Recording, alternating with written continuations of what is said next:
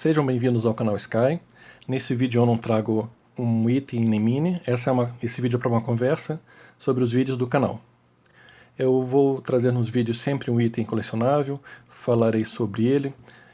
Para cada vídeo eu faço uma pesquisa, faço um resumo do assunto, sempre pensando no que é mais importante, elaboro um roteiro, de forma que caiba o conteúdo num vídeo de 10 minutos em média. O padrão dos vídeos seguirá primeiro apresentando o item, a marca, o preço. Depois, eu tiro o item da caixa, do blister, comento detalhes sobre essa peça. Depois, em terceiro, eu falo sobre o que ele representa. Por exemplo, eu falo sobre a história, curiosidade do personagem ou do veículo real.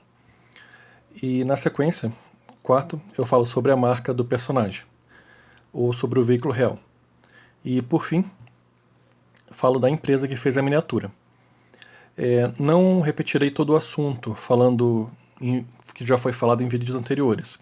Falarei novamente somente o que for mais importante que não dá para excluir. E sempre buscarei incluir alguma coisa nova nos próximos vídeos.